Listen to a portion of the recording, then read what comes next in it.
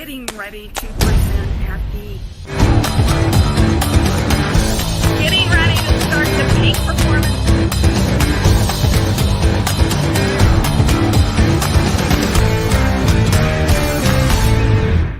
Well, hello everyone, and welcome to the Savvy Sales Lady Live. I'm your host and the Savvy Sales Lady, Christine Harrington. Now, there are two things that everyone struggles with, and that's starting something new and beginning again. Now, when we're starting something new, we feel like we need to first know everything about it. We need to know all the ins and outs before we can start something new. Well, I take you back to the time when you learned how to ride a bike. Did you know anything about riding a bike? When you tried a gazillion times to stay balanced on a two-wheeler? No, you had no fear. You just got up on it and kept getting up on it and kept getting up on it until you were successful and riding that bike. And then you started riding it without handlebars. Oh, I remember those days. So if you're waiting to start, I have a quote for you. Hold on. The cold water doesn't get warmer if you jump late. Let me say that again. The cold water doesn't get warmer if you jump late. That was an unknown and it was posted on X by Book Therapy. I really like them. So think about that. Yeah, are you going to wait till the water warms up before you jump in? No, you just jump in. Now, I'm not saying when you're starting something new to start it without any kind of knowledge whatsoever. What I'm saying is don't wait until you become perfect about it, because that day will never happen. So then what about beginning again? How many times have we began a new diet, or we began exercising again, or we began, something else, fill in the blank? How many times have we begun again?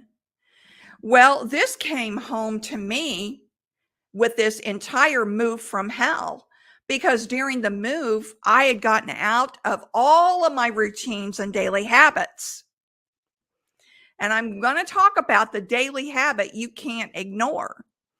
But it was very difficult for me to get back into the routine of my daily habits because I had been out of practice for almost 4 weeks.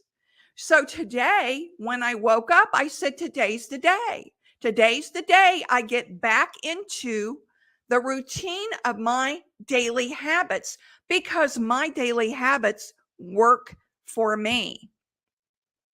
Now, one of the daily habits that I really want to talk about today is a daily habit that all salespeople should be doing. And yes, you should be doing this every single day. You can't ignore it. It has to be a part of your sales day. And that is prospecting.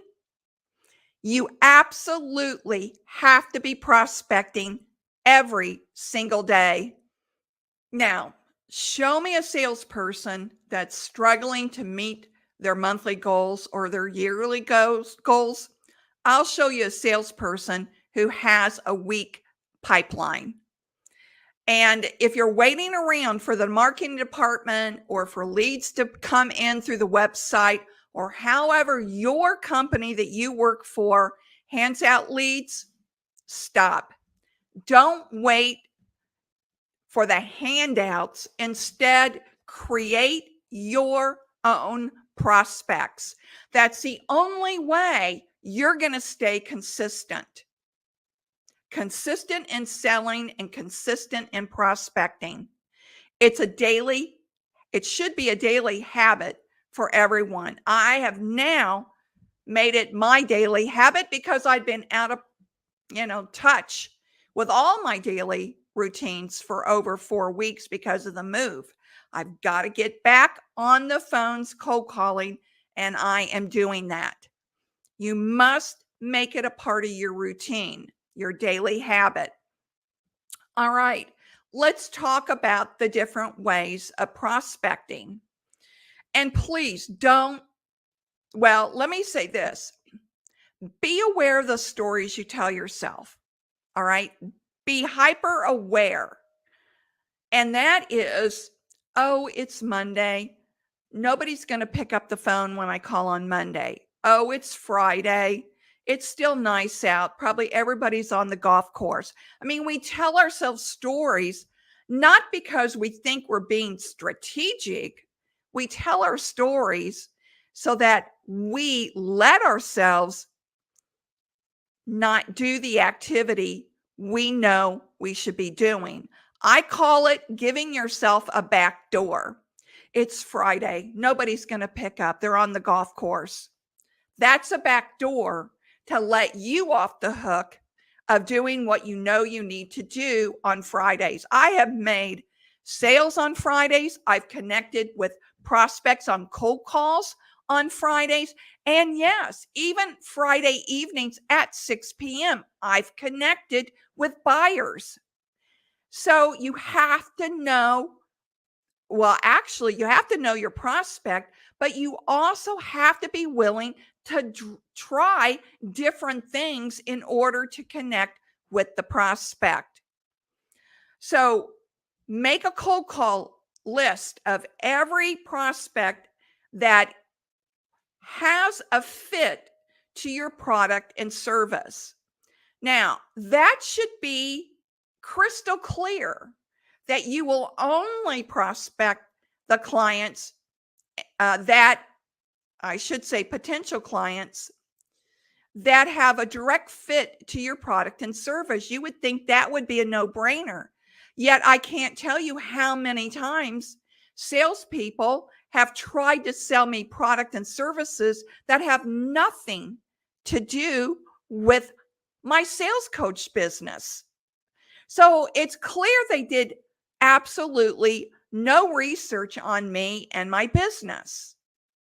They just took a leads list and whoever generated it and assumed that these people all, or these businesses all fit their product and service. So you have to be hyper aware of that as well. I got a quick story for you. This has been, I want to say, a year and a half ago when I was cold calling for a small business. They gave me a leads list of about 200 potential buyers. On that list, I was shocked to find out that about 10% of the businesses on that list had nothing to do with their service, nothing. Then there was about 15% or more. Well, I would go so far as to say 20%, because there was like 40 businesses that had either gone out of business, had closed their doors, or it was the wrong number. So I'm sure any of you that have gotten lists like that, you know this to be true, which is even more reason why you should be developing your own prospecting list. Now, I have just started using an app called SalesLook, and I'm going to show you this after I've used it for about 30 days. I want to show you this, but so far, I really like this app. It's made prospecting a lot easier, and I'll talk more about that later. But you need to develop your list, okay? And think out of the box, all right? You know, you can find out so much information on Google. A team I was coaching last year kept saying, well, I don't know how to find prospects. I don't know what to do. While they were on the Zoom call and a coaching session, I pulled up Google and I just started putting in all the keywords for their service. I pulled up a list of over 80 businesses that in their area that were viable prospects. And so I sent the list to this coaching client and I said, how long did this take me to do this? And he's like 5 minutes, if that. That's right. And you can do the same thing. You have to get out of your head and you have to think out of the box in order to prospect properly. And here's another misconception about prospecting. Sales reps call once, get voicemail, don't leave a voicemail, and think because the prospect sees a phone number, they're going to call you back. No, they're not going to call you back. You must leave a voicemail. That is common business courtesy. I don't subscribe to all of this call. If you get voicemail, hang up. I have a story about that too. A sales rep that I was working side by side with in an office, and I won't name the company. He would call prospects, get voicemail, hang up. Next day, call, get voicemail, hang up. This went on for 3 weeks, every day for 3 weeks. One prospect called in so upset because we were calling from our desk phones and it was clear what company was calling this prospect. All right. He called in so upset, said a few choice words, and said, tell the rep never to call me again. If he can't leave a voice message, never call me again. Yep. That's like phone stalking, folks. It really is. You should always leave a voice message. That is common business courtesy. Okay. Now, here's another myth. Well, I called and left them a voice message, but they didn't return my phone call. Okay.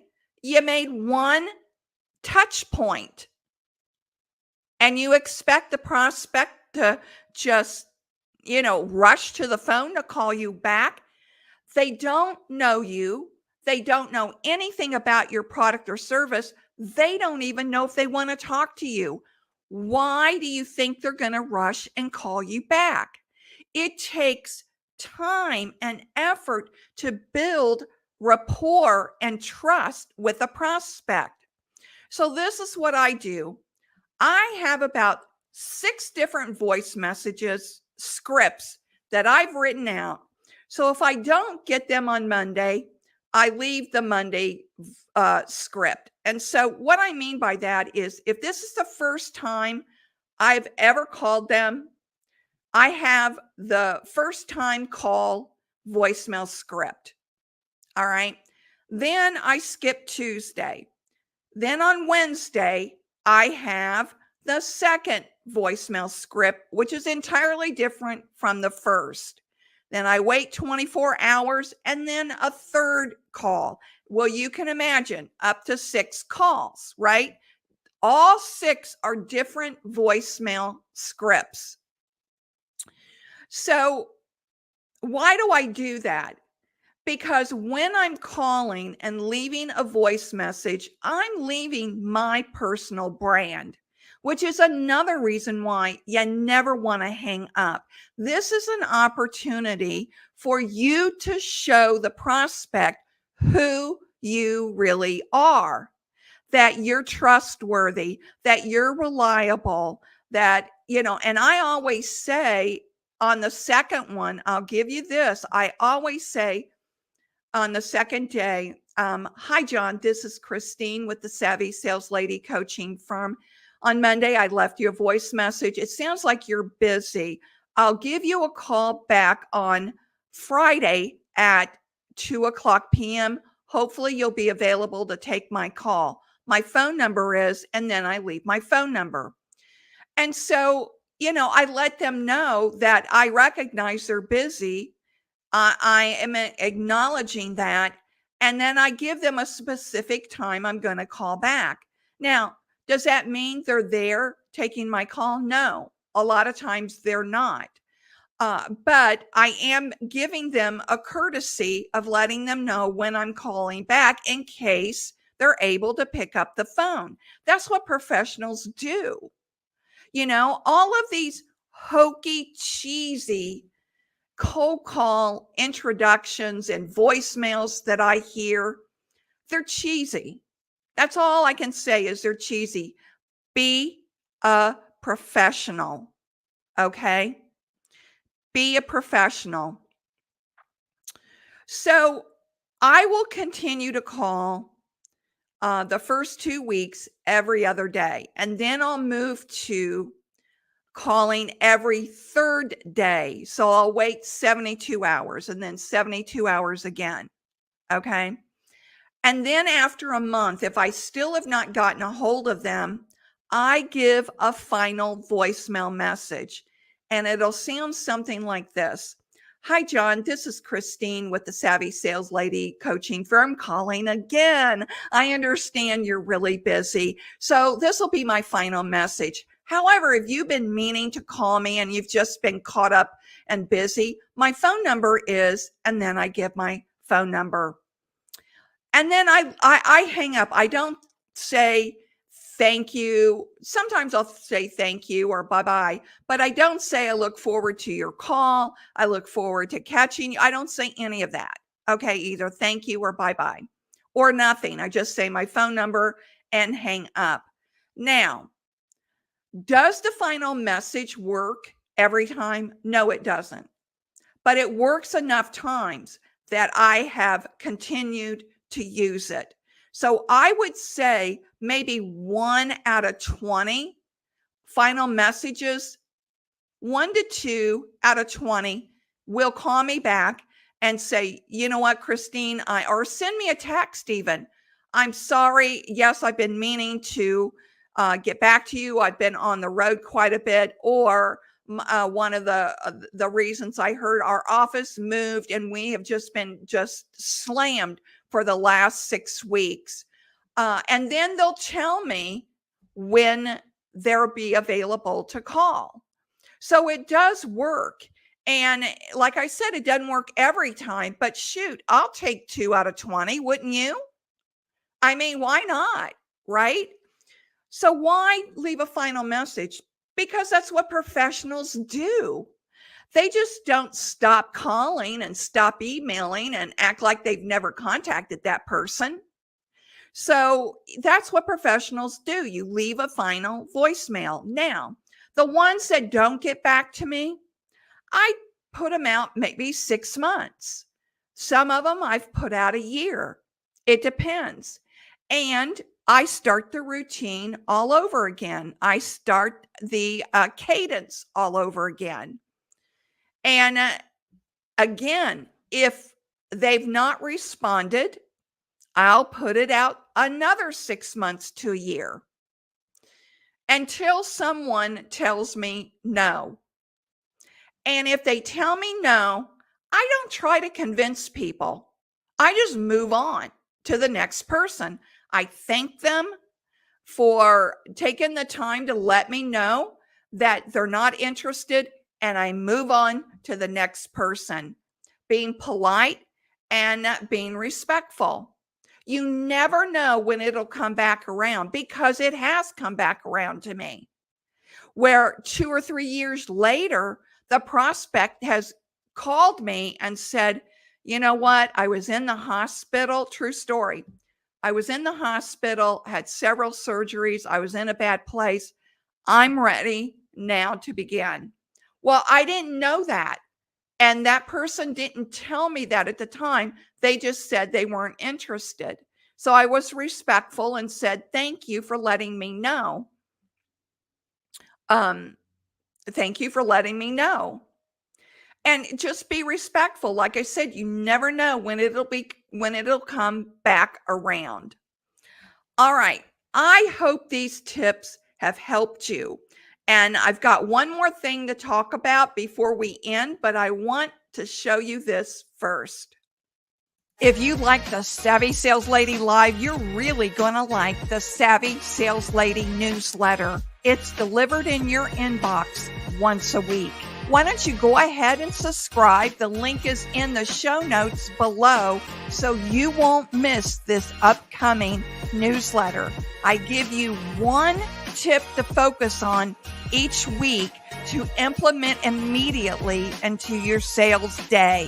Why not sign up and learn just a little bit more? Yeah, why not sign up and learn a little bit more? Gather as much nuggets from as many salespeople as you can to help advance your sales career. All right, we're going to end with this. I have a challenge for you.